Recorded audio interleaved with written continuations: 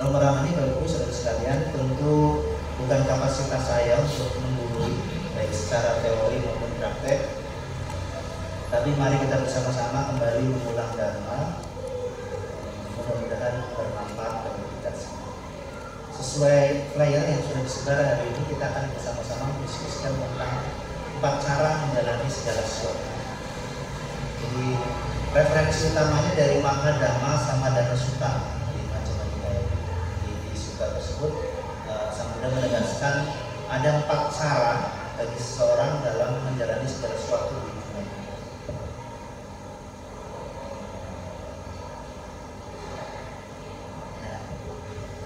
Rama-rama ini Bapak Ibu Saudara sekalian, seringkali di dalam kehidupan ini kenyataan itu tidak sesuai dengan harapan.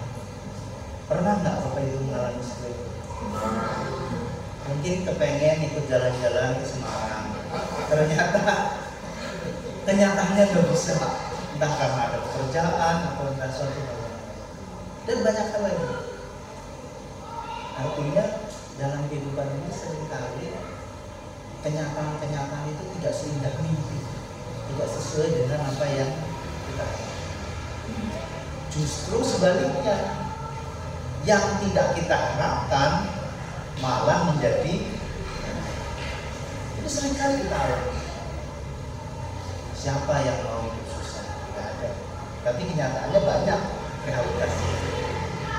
Nah, ini komentar Buddha di dalam Magga Dhamma Samadana Sutta itu. Kenapa kenyataan seringkali tidak sesuai harapan?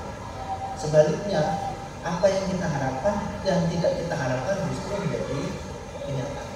Nah, Sang Buddha menegaskan penyebab dari kenapa kenyataan tidak sesuai dengan harapan. Jadi di dalam Magga Dhamma Samadana Sutta, Sang Buddha mengatakan ketika kenyataan tidak sesuai dengan harapan itu disebabkan karena kita tidak mengetahui apa yang harus kita kembangkan dan apa yang harus kita lakukan. Jadi penyebab utamanya itu kita tidak mengetahui apa yang harus kita kembangkan dan apa yang harus kita ikuti. Akibatnya apa? Karena kita tidak tahu, akhirnya kita mengembangkan hal-hal yang seharusnya tidak dikembangkan. Dan kita mengikuti hal-hal yang seharusnya tidak kita ikuti.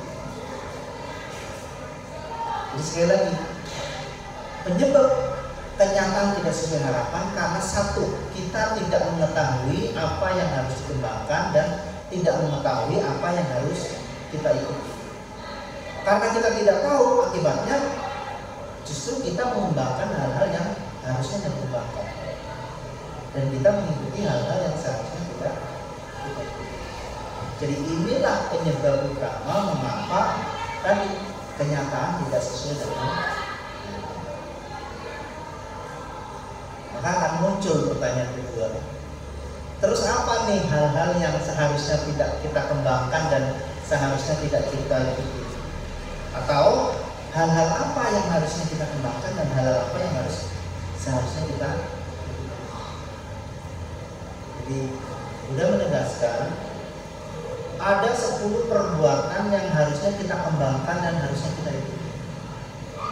Jadi kalau dalam buku, kalau mengikuti bahasanya Ramon itu dasar kusala amata tersebut 10 perbuatan wajib. Ini adalah hal-hal yang harus kita kembangkan dan hal-hal yang harus kita ikuti. Jadi ada 3 perbuatan wajib melalui badan jasmani: menghindari pembunuhan, menghindari mengambil barang yang tidak diberikan, menghindari asusila. Sebagaimana kita tadi kita ikrarkan bersama-sama dalam asusila. Sebaliknya ada 4 perbuatan wajib yang dapat kita lakukan melalui ucapan: tidak berbohong, musyawarah wiramani, tidak memfitnah, isuna waca, tidak berkata kasar, parusa waca, dan tidak berkata kosong, tidak omong kosong. Sama. Ini 4 kebajikan yang harus kita lakukan melalui ucapan verbal, melalui ucapan. Menghindari berbohong, menghindari berfitnah, menghindari kata kasar, dan menghindari promosi.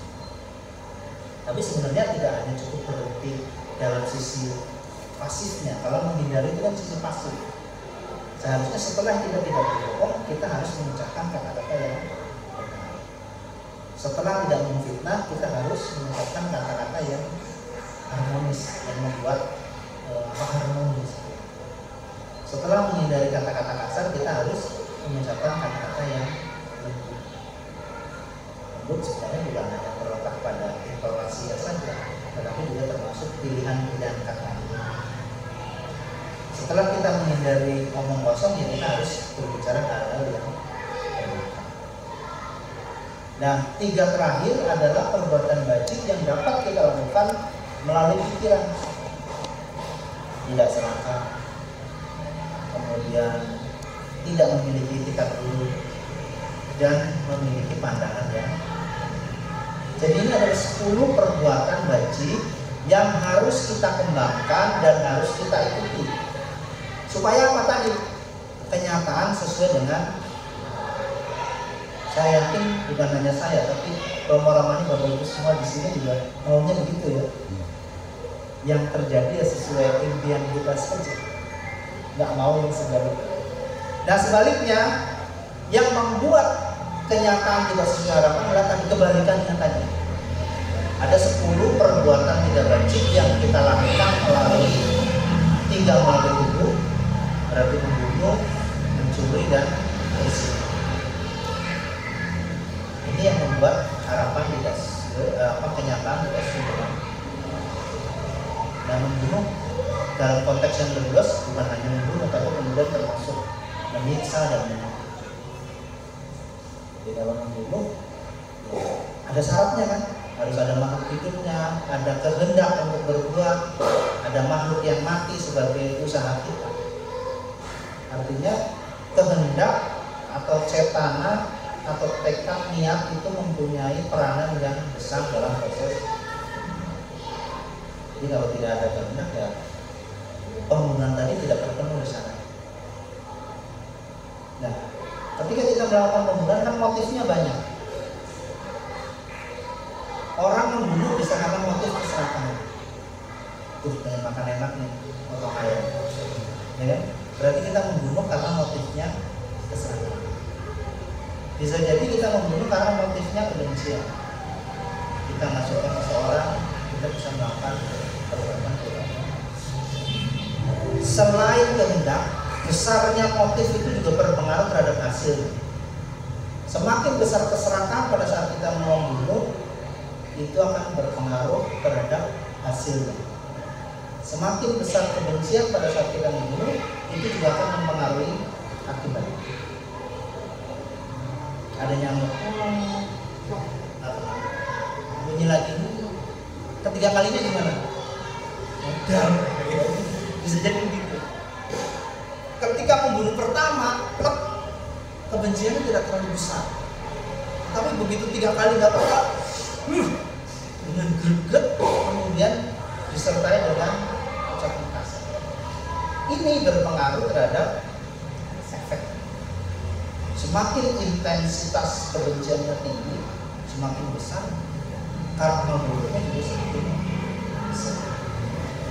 Oleh karena itu, kita sebagai manusia yang sudah mengetahui bahwa membunuh berakibat tidak baik, kalaupun terpaksa kita harus membunuh, maka motifnya jangan terlalu besar, baik itu motif keserakahan maupun kalaupun terpaksa gitu ya.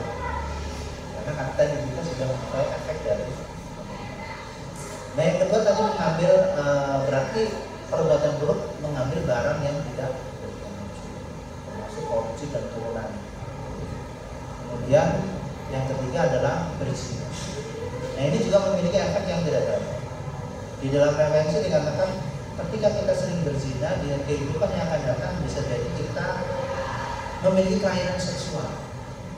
Bisa jadi wanita demen sama wanita, laki-laki demen sama. Karena tadi itu adalah efek dari seringnya berzina. Ada sebuah anekdot. Jadi ada seorang peneliti yang meneliti tentang komunitas gay. Nah, ya Bu, gay ya. Gay itu berarti homo. Laki-laki suka sama laki-laki. Jadi peneliti itu meneliti khusus komunitas itu. Akhirnya dia diundang di televisi untuk menyampaikan hasil riset. Dan dia menyimpulkan bahwa ternyata dari 98% komunitas gay yang dia teliti punya ciri khusus. Dia memakai anting di sebelah kanan. Ini ciri khususnya. Saya nggak pakai. Oh, nggak pakai. Nah, ternyata kebetulan reporter televisi tahu penelitinya itu pakai anting juga, tapi di sebelah kiri. Nah, akhirnya reporter itu tanya, berarti bapak bukan gay? Dia jawabnya, ya saya gay juga tapi kidal kan. Pakai anting di sebelah kiri. Ya itu hanya sebuah anekdot. Artinya bahwa ketika kita kasih melakukan asusila, itu efeknya bisa tidak baik di kehidupan. Salah satunya kita bisa menjadi banyak. Nah kemudian selanjutnya berarti 4 perbuatan tidak baik yang kita lakukan secara verbal, secara ucapan, berbohong, fitnah, kata kasar, dan memang akan sangat sulit di dalam kehidupan kita untuk tidak berbohong. Akan sangat sulit. Tetapi itu bukan tidak mungkin. Artinya itu perlu latihan. Agar kita tidak berbicara berbohong, berarti kan kita harus berbicara yang benar. Berbicara apa adanya. Berbicara sesuai dengan kenyataan. Terkadang kita punya kebiasaan sulit mengucapkan kata-kata benar yang ada ungkapan benar yang sulit kita ucapkan. Kalau ditanya, Pak Karbono hari ini ada di mana? Mungkin gampang jawabnya. Ada di mana? Pakai baju apa? Kaos hijau. Gampang. Tetapi misalnya kita tanya, Bapak Ibu, bagaimana gaya ceramah saya? Bisa jadi Bapak Ibu jawabnya apa? Saya mau bilang jelek, takut melukai perasaan, ya kan? Kalau saya bilang bagus, kok nyatanya biasa saja. Bagus kamu. Ya misalnya ini ada apa? Ini kita bisa satu jadi. Campur ngecen. Ya kan? Di pekerjaan juga begitu kan. Tolong besok minggu tangani kerjaan ini. Yang perintah bos. Padahal hari minggu kita udah punya rencana mau jalan-jalan sama mau nolak nggak berani. Ya akhirnya terpaksa siap laksanakan. Nah terkadang gini, kita sulit mengungkapkan kebenaran-kebenaran, tapi seolah-olah sepele. Tapi sebenarnya kalau itu menjadi kebiasaan, itu menjadi bermasalah juga dalam kehidupan kita. Oleh karena itu tadi kita harus selalu berusaha mengatakan yang sebenarnya, apapun resikonya. Ya memang agak sulit sih, terutama dalam kerja. Karena terutama tadi kita tidak mengatakan sebenarnya karena satu, ya tadi ya di kerjaan takut dipecat dan sebagainya, atau karena takut melukai perasaan. Tetapi kalau itu kita lakukan ya tadi pada suatu saat kita akan menerima resikonya. Jadi artinya dapat hidup selalu resiko. Jadi tadi kita harus mengucapkan kata-kata yang sebenarnya sesuai dengan keadaan, berbicara dengan jujur. Kemudian kita harus menghindari memfitnah tadi, menghindari kata kasar dan menghindari omong kosong. Nah, 3 perbuatan tidak baik terakhir yang dapat kita lakukan melalui pikiran adalah serakah, kemudian niat buruk, tingkat ketiga berpandangan salah. Banyak pandangan-pandangan salah termasuk menganggap bahwa hanya dengan ritual itu bisa mencapai tingkat-tingkat kesucian. Pada tataran yang lebih halus, kita menganggap ada keakuan, ada aku, ada kesombongan, ya kan berarti kan. Sombong itu kan artinya lebih luas sebenarnya. Dalam perspektif Buddhis, pinter merasa bodoh pun itu bukan rendah hati.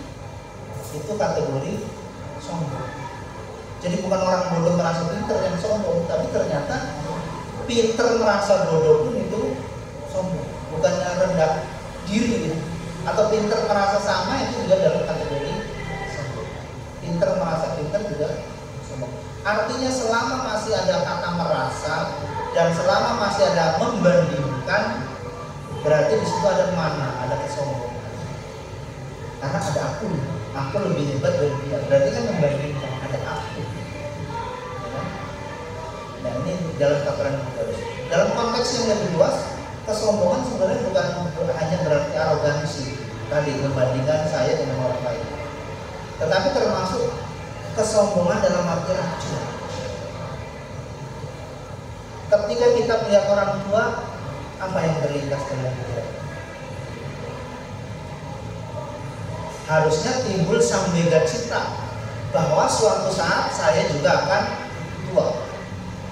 Kalau nggak muncul itu berarti di dalam kita ada kesombongan, yaitu kesombongan akan kemudaan.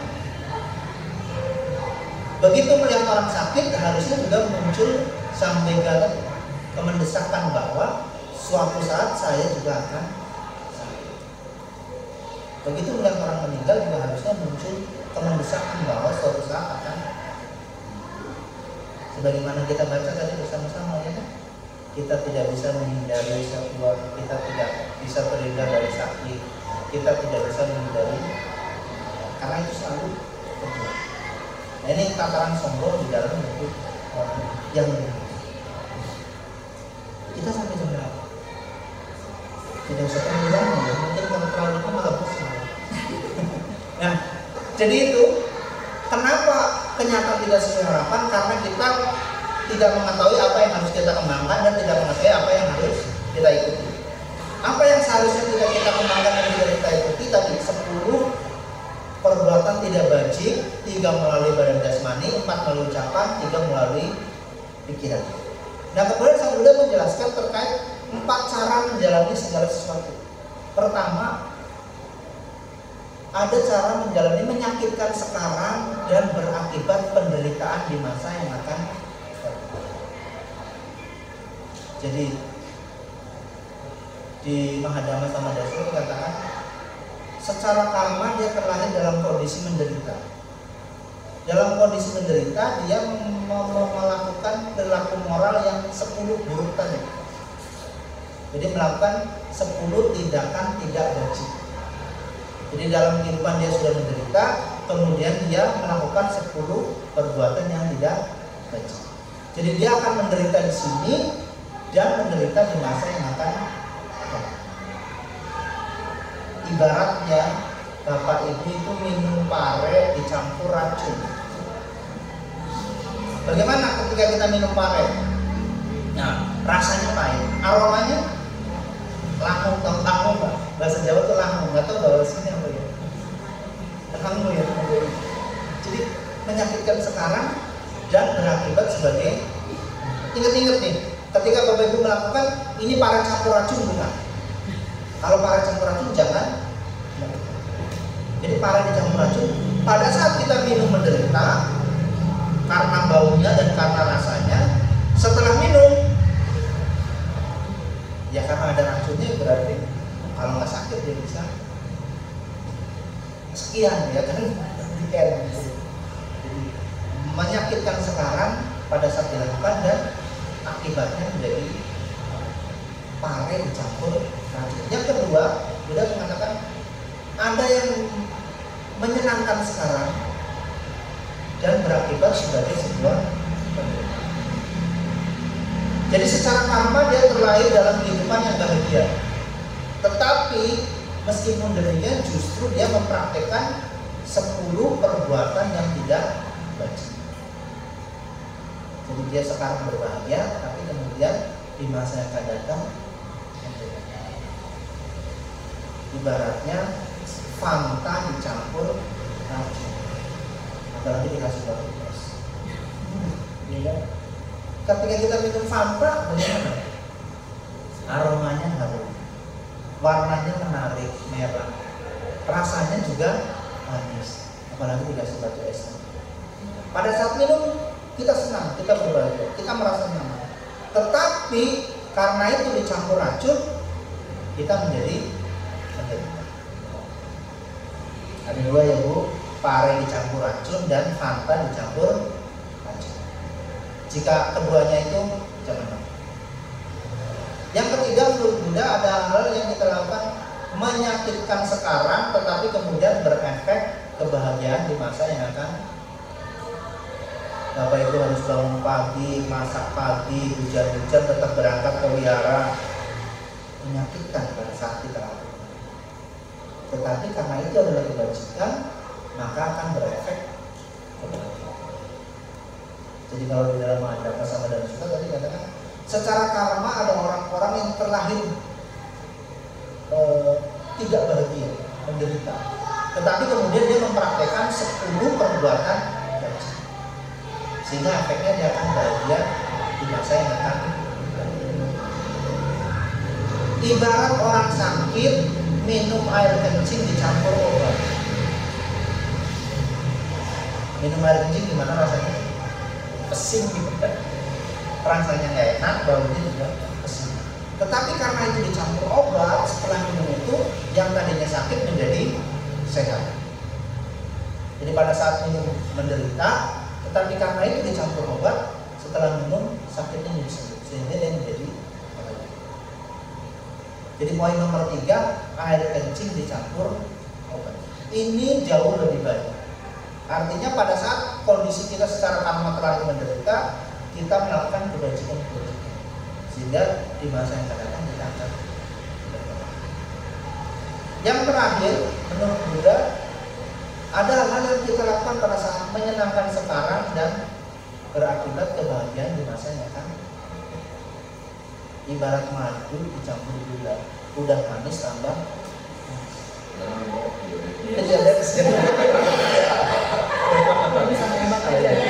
Madunya sedikit, gula itu tropicana sedikit. Artinya menyenangkan sekarang dan menyenangkan di masa yang akan. Secara karma Bapak Ibu terlahir dalam kondisi berbahagia, serba kecukupan, harta semua tercukupan. Kemudian Bapak Ibu mempraktikkan 10 kebajikan sehingga sekarang berbahagia di masa yang akan datang. Jadi ada 4 cara: pare campur racun, Fanta campur racun, air kencing campur obat, dan madu dicampur. Tinggal Bapak Ibu ingat ini, mana nih yang saya lakukan di antara 4 ini. Kalau nomor 1, nomor 2, stop, jangan. Sama seperti dalam ucapan Buddha. Karena Buddha pernah menjelaskan pada Rahula, sebelum kita mengucapkan kita harus refleksikan dalam perjalanan. Sebelum mengucapkan kita harus refleksikan, apakah ucapan saya ini benar atau tidak, bermanfaat atau tidak. Kalau tidak, jangan diteruskan. Pada saat kita mengucapkan kita harus renungkan, apakah ini benar dan bermanfaat tidak. Jika tidak, kita harus stop. Setelah kita mengucapkan, demikian pula kita harus renungkan, apakah ini benar atau tidak, bermanfaat atau tidak. Kalau tidak, apa yang harus kita lakukan? Kita harus akui. Jadi ada pengakuan, saya salah, minta maaf. Oleh karena itu sekali lagi Bapak Ibu saudara sekalian, ada 4 hal tadi: pare campur racun, Fanta campur racun, air kencing campur obat, dan gula dicampur madu.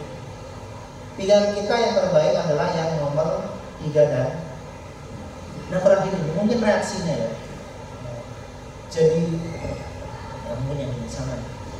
Jadi nomor 1, yang pare dicampur racun, orang yang bodoh, orang yang tidak bijaksana itu justru dia mengembangkan, ya, bukannya menghindari, tetapi dia malah mengembangkan. Ini reaksinya orang-orang bodoh.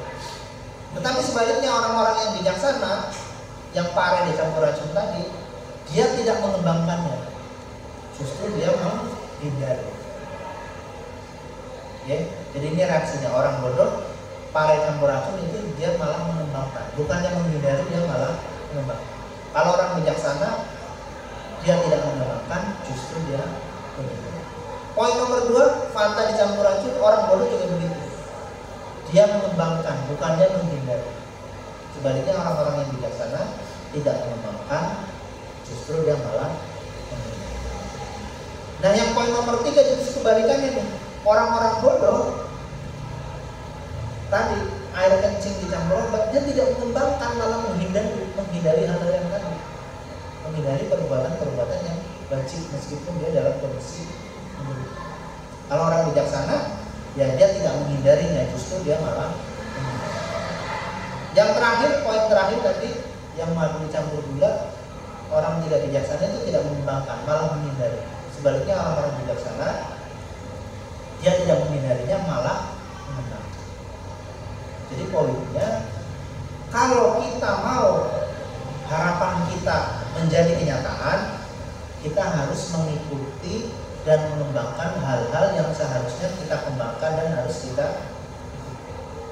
Agar kita bisa mempraktekkan itu, kita harus tahu dulu nih teorinya, apa yang harus kita kembangkan dan apa yang harus kita. Oleh karena itu sekali lagi, teori itu juga menjadi penting, bukan hanya praktek. Sebaliknya, teori doang tanpa praktek juga nol besar. Praktek yang didasari teori itu hasilnya jauh lebih. Mungkin itu yang bisa saya sampaikan. Nanti kalau kelamaan malah ngantuk ya. Terima kasih, mudah-mudahan bermanfaat bagi kita semua. Ada 4 yang perlu Bapak Ibu garis bawahi. Nanti malam sebelum tidur ingat-ingat. Pare campur racun, manta campur racun, air kencing campur obat, atau madu dicampur gula. Itu saja ingat-ingat. Besok bangun tidur ingat-ingat lagi. Sampai itu benar-benar menghafal. Karena kebiasaan. Kalau ditanya pelajaran bisa jadi lupa. Tapi kalau saya tanya Bapak Ibu, semalam tidur dengan bantal warna apa? Ingat semua, ingat karena itu sudah menjadi. Terima kasih. Mohon maaf tidak ada hal-hal yang kurang berkenan. Ada sesi tanya jawab atau bagaimana, Bapak Ibu? Boleh, kalau ada waktunya masih ada sekitar 30 menit, mungkin masih lama. Ada yang mau ditanyakan? Silakan. Biasanya sampai jam 11 kita mau. Kalau terlalu cepat. Gak apa-apa. Mungkin ada yang mau bertanya, silakan. Ya. Ada? Tidak ada. Kalau nggak ada, mungkin saya boleh. Sedikit ya, karena kita mayoritas ibu di sini. Biasanya kan kita kalau kayak misalnya nih yang contoh kalau ada di suatu kantor, biasanya kan cewek-cewek tuh ngopi terus banyak gosip gitu ya. Itu kita termasuk ke poin yang mana nih? Kita misalnya kita ikut-ikutan, nanti disangkanya kok dia suka gosip. Tapi kalau nggak ikut-ikutan, nanti ada yang bilang, kok dia nggak ikut-ikutan sih, maksudnya menghindar apa gimana? Ada aja ya biasanya ya ibu. Kalau di lingkungan semua cewek tuh kadang ada aja yang diomong gitu. Nah itu sikap kita mesti gimana sih Romo biar semuanya juga bisa ngerti gitu. Terima kasih. Terima kasih. Ini pertanyaan menarik nih. Kalau ada gosip, apa yang harus kita lakukan? Karena begini, ada salah satu buku seorang komunikator modern, dia menggabungkan ilmu komunikasi modern dengan prinsip-prinsip Buddhis. Dia menulis buku How Communicate Like a Buddhist. Bagaimana kita berkomunikasi seperti Buddhis. Jadi buku ini memang ditulis dengan bahasa yang sangat umum, karena pangsa pasarnya bukan hanya umat Buddha, tetapi semua. Makanya bagaimana kita berkomunikasi seperti Buddhis. Jadi artinya untuk mempraktekkan komunikasi itu kita tidak harus menjadi seorang Buddhis. Tetapi sejauh kita menerapkan komunikasi sesuai dengan prinsip-prinsip Buddhis, sebenarnya kita sudah dikatakan berkomunikasi seperti Buddhis. Nah, di dalam bukunya salah satu prinsip agar kita berkomunikasi seperti Buddhis adalah tidak bergosip. Nah sayangnya ada sebagian besar orang yang punya pandangan salah bahwa bergosip itu adalah cara paling efektif untuk akrab dengan seseorang. Bapak Ibu kepengen akrab sama siapa? Sama si Budi misalnya. Mana Budi ada nggak? Cari aja. Budi itu lagi nggak seneng sama siapa? Oh si Budi lagi nggak seneng sama Wati. Udah, ajak aja bergosip dengan si Budi tentang Wati. Dijamin langsung akrab. Nah, ini ada salah satu pandangan salah yang menganggap bahwa bergosip adalah instrumen, adalah alat untuk dekat orang yang mungkin tadi di kantor itu, oh dia mau bergosip sama kita berarti dia musuh kita. Kalau dia mau bergosip dengan kita dia teman kita. Nah kalau ada begitu, ya kita tetap harus berbicara karena teman sekantor. Tetapi begitu mereka bergosip, ini menurut Sintaken, langkah yang harus kita lakukan adalah mengalihkan topik pembicaraan. Itu cara paling jitu untuk menghindari bergosip. Jadi begitu ngerumpi nih makan bareng, kan pasti kan, aduh ini bergosip nih. Kalau saya nggak ladeni dikira bagaimana ya kan mungkin lagi makan ngobrol saya pindah ya. Nah, itu kan terlalu apa ya, kentara gitu. Nah maka untuk menghindari itu menurut Sintaken, alihkan topik pembicaraan. Begitu dia mau ngomongin Wati, udah alihkan lain lagi. Dia kembali ke Wati, alihkan yang lain lagi. Begitu terus. Cara yang paling mudah menurut Sintaken adalah mengalihkan topik pembicaraan. Jadi harus aktif memang. Begitu mulai gosip, alihkan yang lain. Dia mulai lagi, alihkan begitu terus sampai akhirnya berhenti gosip. Karena memang yang tadi di dalam komunikasi seperti itu. Kalau kita nggak ikut-ikutan, dianggap nggak friend, nggak CS control, ya kan? Bisa. Tetapi kalau kita ikut-ikutan ya tadi, padahal kita sudah melatih diri untuk menghindari kata-kata bergosip. Ketika Bapak Ibu bertemu kondisi seperti itu, menurut Sintaken adalah mengalihkan topik pembicaraan. Itu adalah cara yang paling jitu. Dia ngomong mati gini-gini. Kemarin itu sekarang sepuluh, alihkan saja. Mau nggak mau kan dia ngikutin kita, ya kan? Berganti nggak ngomong lagi. Jadi mungkin itu. Kalau mungkin bisa diakses intinya di PNS dulu. Komunikasi like a bagaimana kita berkomunikasi seperti itu. Ada 4 prinsip utama. Mengatakan yang sebenarnya, tidak melebih-lebihkan, tidak bergosip, dan menggunakan bahasa yang membantu. Ini 4 prinsip yang harus kita terapkan agar kita berkomunikasi seperti ini. Untuk dapat menerapkan 4 prinsip ini, Sintaken melakukan membuat sebuah metode melalui 5 cara. 1. Mendengarkan diri sendiri. 2. Mendengarkan orang lain. 3. Berbicara dengan penuh kesadaran. 4. Mindfulness dalam silent mindfulness, artinya kita banyak melakukan perenungan. Jadi intinya ada 3 sebenarnya. Listen mindfulness, mendengarkan dengan penuh perhatian, baik mendengarkan diri sendiri maupun mendengarkan orang lain. Karena dalam kehidupan kita kan kita selalu sering berbicara dengan diri kita sendiri. Sebelum kita melakukan, biasanya kita melakukan berbicara dengan diri sendiri. Nah itu kita harus dengarkan dengan penuh perhatian, mendengarkan diri sendiri dengan kemudian kita juga harus mendengarkan orang lain dengan penuh perhatian.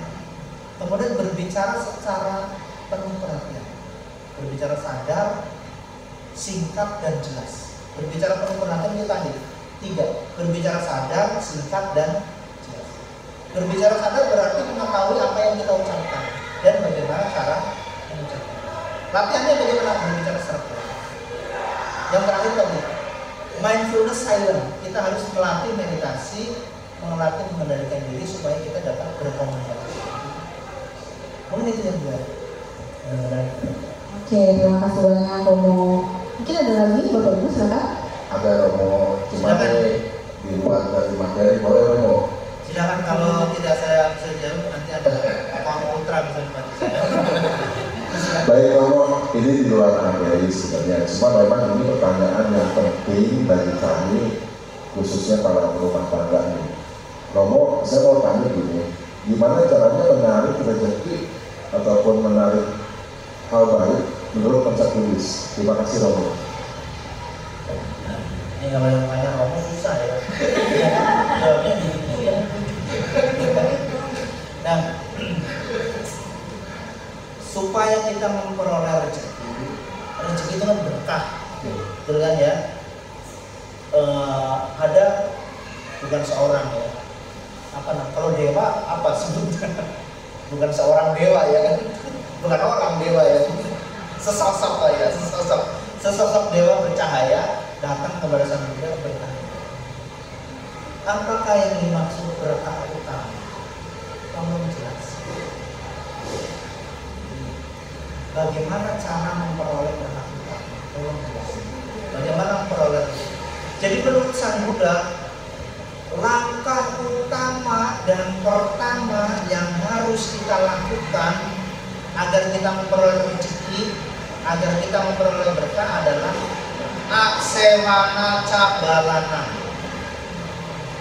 Tidak bergaul dengan orang yang tidak bijaksana. Itu langkah utama supaya kita memperoleh rezeki. Nggak berhenti di situ. Setelah kita tidak bergaul dengan orang yang tidak bijaksana, kita harus bergaul dengan orang yang bijaksana. Pandita naca. Itu kalau pengen rezekinya banyak, jangan bergaul dengan orang yang tidak bijaksana. Harus bergaul dengan orang yang. Sekarang pertanyaannya, orang yang tidak bijaksana itu yang kayak apa? Ya kan? Akan panjang. Ya, tapi begini. Secara sebenarnya ada banyak kategori ya. Teman yang tidak bijaksana itu teman yang termasuk sombong dan sebagainya. Tetapi kategori utama adalah orang yang tidak bijaksana itu orang yang senang melanggar moralitas, senang melanggar sila, dan memprovokasi orang lain untuk ikut melanggar. Dianya senang melanggar, membunuh, mencuri, bersunat, berbohong, mabok-mabokan. Sudah gitu dia mojok-mojokin orang lain untuk ikut melakukan itu. Itu kriteria utama orang ini. Jadi kalau orang itu sudah senang melanggar, kemudian dia juga mojok-mojokin orang lain, termasuk kita untuk ikut melanggar. Nah, ini indikator utama orang yang tidak bijaksana. Kalau ada yang seperti itu bagaimana? Hindari. Hindari itu bukan berarti harus kita musuhi. Jadi tidak bergaul dengan orang yang tidak bijaksana bukan berarti kita harus memusuhi. Cukup tidak bergaul secara intens, tidak bergaul secara kental, tidak bergaul secara rutek gitu. Nggak usah jadi friend kental gitu kan, nggak usah jadi CS. Jadi kalau ada orang seperti itu ya cukup tetap bergaul, tetapi secukupnya saja. Tidak perlu menjadi teman yang akrab. Karena apa? Kalau menjadi teman akrab, kita akan mendengar omong-omongannya, kita akan meniru perilakunya, akhirnya kita terpuruk. Saya yakin kalau Bapak Ibu orang-orang melakukan itu rezeki rendah. Karena orang-orang bijaksana akan memberikan nasihat-nasihat yang kemudian tadi itu kan indikator kriteria orang tidak bijaksana. Lalu kriteria apa orang bijaksana? Karena tadi langkah pertama tidak bergaul dengan orang yang tidak bijaksana. Kriterianya tadi orang yang senang melanggar dan mengajak orang lain untuk ikut melanggar. Yang kedua, kita harus bergaul dengan orang-orang yang bijaksana. Orang-orang yang bijaksana adalah orang-orang yang dapat membimbing kita, membantu kita sehingga moralitas kita menjadi baik, meditasi kita menjadi baik, kebijaksanaan kita menjadi lebih baik. Bergaul dengan kaum-kaum muda. Bapak Ibu diajak ke wihara, sudah bakti, diajak meditasi. Berarti kan moralitas, meditasi kita dan kebijaksanaan kita akan semakin baik. Tarafnya kan tergantung, masing-masing orang bisa berbeda-beda. Ya kan ada yang kenaikannya sedikit, ada yang banyak. Tetapi kalau kepengen rezekinya berlimpah ya tadi, tidak bergaul dengan orang biasa dan harus bergaul dengan orang-orang yang termasuk dalam bisnis kan kalian minta begitu kan, kita harus mencari partner yang bijaksana juga, yang mau berbagi dengan kita bagaimana tipsnya sukses, bagaimana tipsnya dari itu. Mungkin itu Romo. Siap. Terima kasih Romo. Oke, ada lagi Bapak Ibu? Kalau ada cukup ya Romo ya. Ya, terima kasih atas perhatiannya. Kalau terlalu lama juga ngantuk. Baik. Mudah-mudahan apa yang kita lakukan pada hari ini, kebajikan-kebajikan yang kita lakukan pada hari ini melimpah kepada para leluhur, melimpah kepada orang tua kita, melimpah kepada sanak saudara, melimpah kepada kolega, melimpah kepada semua makhluk. Mari semua kita beraspirasi Sabe sata bawatu sukitata, semoga semua makhluk hidup berbahagia. Sadu sadu. Terima kasih, selamat siang.